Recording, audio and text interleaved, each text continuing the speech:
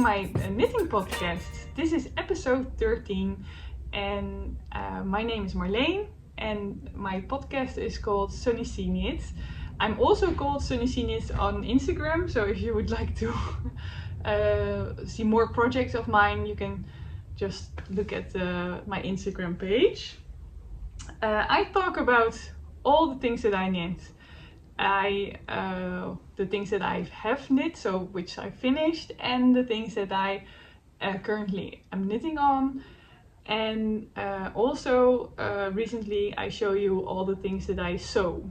So I made some dresses for myself and I chose to, or decided to show you those as well. I am situated in Holland, so that's why my English isn't that well, so sorry for that in advance. I live in the Netherlands nearby the beach, and that's the reason why my podcast is also called Sunny Sea Knits.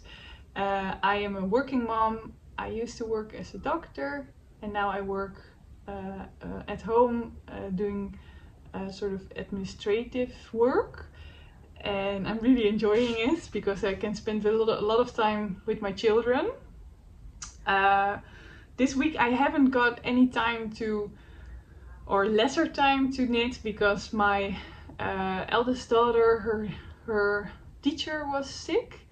So she was at the home a lot, and also my youngest, she's not obliged to go to school yet, so that's why I kept her at home as well. So we've been a lot on the beach this week, so it was really a lot of fun, but a little bit lesser knitting than usual. I want to talk to you first about the things that I have sewn. This is the Hanna dress, and I will show you the book. It's a pattern by La Maison Victor. And it's the book Dresses too. I don't know if they have it in other languages as well. I also said it 2 weeks ago, but I haven't got any time to search it up yet. I will show you first the dress in total. And it's actually supposed to be made with a V-neck, but I chose to do a round neck. And also I made it a little bit more higher, and this week I thought it was too high and too tight actually, and also this was very, very broad, the shoulder straps, so I made it a little bit lower and also a little bit thinner here. And I don't know which fabric I used. I bought it at a store nearby. It's Anje Handmade. Oh. I'm almost tripping, falling down. But it's a very long dress actually. It's over my knees, and it has a wide skirt, as you can see. This is double layered, the upper body, but the lower part isn't. It's just single. And there's a blind zipper. Sometimes I need to think about how the word is translated in English, so then you can see or hear me thinking about the word. I'm very happy with it, and I really love the daisies. Those are my favorite flowers. And it's also actually recently it's been called that it's a national flower of Holland, of the Netherlands. So I'm also happy with that. Yes, it's funny. We always, in the Netherlands, we always call it Holland, but actually Holland it's only 2 provinces. So like the south, there are 12 provinces in Holland, and there's South Holland and North Holland. And actually the whole country is actually called the Netherlands. So that's how you say, sometimes a little bit difficult to say I'm from Holland because I live in South Holland, but the country is actually the Netherlands. So yeah, I don't know if you knew that, but maybe nice to know. So the things that I finished are the the clothes for the dolls, the Paola Reina dolls, and I bought a pattern by Julia Shop, Breit. She's from, I think, Belgium.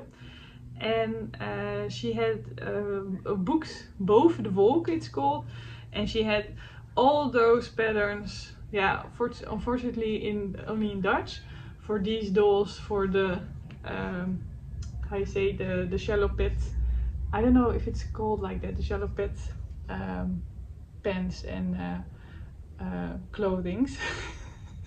But they're so cute. I really adore those, and the children like them also a lot. And I also made this one. This is the doll for my youngest, and it's so cute with the buttons. And it's also very quick knit. I used the cotton from weareknitters. It's called it's from Peru, the Pima cotton, and it's very nice. It's a little bit really like it's a little bit bigger or thicker than the recommended yarn, but I think I met the gauge, so it's actually perfectly fine. I'm touching her buttocks. But yeah, oh, so cute. And so I made also two cardigans, or actually they're supposed to be worn like sweaters, but my children like to put it on as a cardigan, this one, and it's knitted up on a 3mm needle, and this one as well. And actually you're supposed to embroider some cherries on top of them, and with other colors, but I still have to do that. Yeah, and I'm now as well, it's fallen down, so just a minute. I'm also knitting on a dress now. It didn't want to come towards me, the thread. Yeah, so this is going to be a nice dress as well. And it was really much fun. So the book is now getting out, like I think now, half June, she said. And I think it's only in Dutch, yeah, but still it's very, very nice.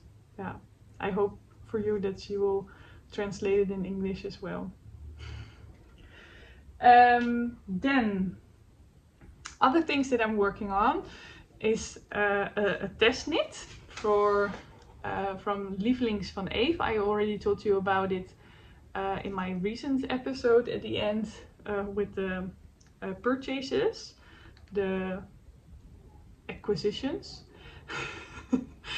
And I first made this one. I will show you first the one that I didn't really like, with the oatmeal color. That's this one, and I think it's not that nice. It fades away a little bit, especially when this is the lighter part and then the darker part. So I wanted to change to a lighter color. Sorry for that, I needed to cough a little bit, so I spared you the sound. So I ordered the ivory color and also a blue, but I didn't like the blue that much, so now I just did another color. It's actually a different color than the ivory. That's the only disadvantage of it, but I think it will work out fine. And now I'm really loving it, especially I used the oatmeal color here, and then with the coffee color, yeah, it will be very, very nice, and hopefully also going to fit. So with this one, I knitted it up on a 2.75mm needle for 50 rows, 2x2 rib, and I changed to a 3mm needle at this part. But the gauge was, instead of 32 stitches, it was 29-ish or 30-ish. So, but now with the what I did is I just changed the needles to 2.75, and now I'm going to knit it up, and actually my gauge is perfectly fine. So it's 31 stitches now, and I always think that's how you say, neglectable. And yeah, so I'm very curious how it will go. For the floats, I usually pick up the stitch the third. I pick up the float the third stitch, and now I'm sometimes doing like 3 stitches and then catching the float. But maybe I will change it, because it's also for the sleeves, it's not nice if you catch any floats with your hands. It's a little bit wider, the sleeve, but I actually prefer it, especially for wearing it in the winter. I always wear long sleeve t-shirts underneath. Yeah, so I'm very curious how it will end up. I'm using, I forgot to tell you, the Jamieson's Shetland Spindrift, and it's a rustic yarn. Yeah, and I bought it at the Trollewall. It's a store in the Netherlands, but it's very, very nice, and I think it will be very, very warm to wear this in the winter time. Yeah, so very happy with that. And I keep it in my cute little basket, which I bought also in the Netherlands in a store, the Kikkerkoning. It's in The Hague. That's that. Then I want to discuss my Marie Wallin cardigan from the Chestnut cardigan. I use the British breeds, and it's knitted up on a 3.75, I think, 25mm needle. And it's the British breeds, the wool that I use. It's the recommended wool as well, and I also use the recommended colors. And Marie Wallin, it's really, it's a very nice pattern, but yeah, it's really for the advanced knitter, and I'm not that advanced, so it takes me a longer while to knit this up. But I love this. It's so, I adore the colors and the pattern. Yeah, it's really beautiful. I'm really loving this and looking forward to wear this as well. I'm going to stick this, so I did some sticking stitches here in the pattern. I think, let me count, 7 sticking stitches I used, and it's actually normally knitted up in 2 front panels and a back panel, and I'm going to knit it round, so it will be, a challenge how to do the upper body as well with the neckline. I haven't thought about that yet. And other things, I'm catching the floats as well every 3rd stitch here. I think also the fabric will become a little bit more stretchier. Yeah, that's it actually. I'm really enjoying it. It's growing very slowly because I'm knitting every day just 1 row or 2 rows on it. But eventually it's growing, because it was hibernating a long time at this point and it didn't feel well. So I started it maybe like 6 weeks ago to do everyday row now, and now it's already growing. So yeah, sometimes you just need to give a little bit love to your hibernating knits, because eventually they will grow and eventually become finished objects. Yeah, that's it actually about this. Then I have 2 projects left to talk about. One is still a whip. For the children, they have a holiday feast on Wednesday. It's not a national holiday, but it's from their school. They go to Waldorf school, and they, I don't know, yeah, it's called St. Jan's, so Saint Jan's. And it's where the children all wear flowers in their hairs, and also they need to, how you say, jump over a little kind of fire. So we're for the first time for how you say, my children are only 1 year still. Yeah, I don't know how to say that. I'm sorry. My children are have recently switched schools. So the eldest is now 1 year on this school, and the youngest like half a year. That's a better explanation. And normally you're requested to pick flowers from the wild and make how you say, flowers for in their hair. So like from the long grasses you make a round thing around the head, and then you put the flowers inside. But I felt a little bit, how you say that, bad about picking flowers for the bees, because there are not enough bees anymore, especially not in the Netherlands, and so I didn't want to do that. So I saw that Sarah from It's a Sarah, she also has YouTube videos on Instagram, on YouTube, and also has a blog with patterns, and she invented this pattern for a flower chain. So I thought I'm going to make this for my daughters and one for me as well, and then we will just go we'll go to the festivities like this.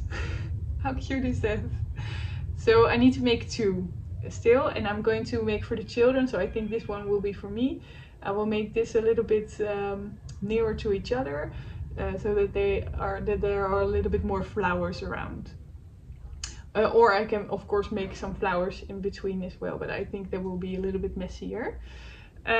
So this one, and so I'm going to poof up my hair a little bit. And then I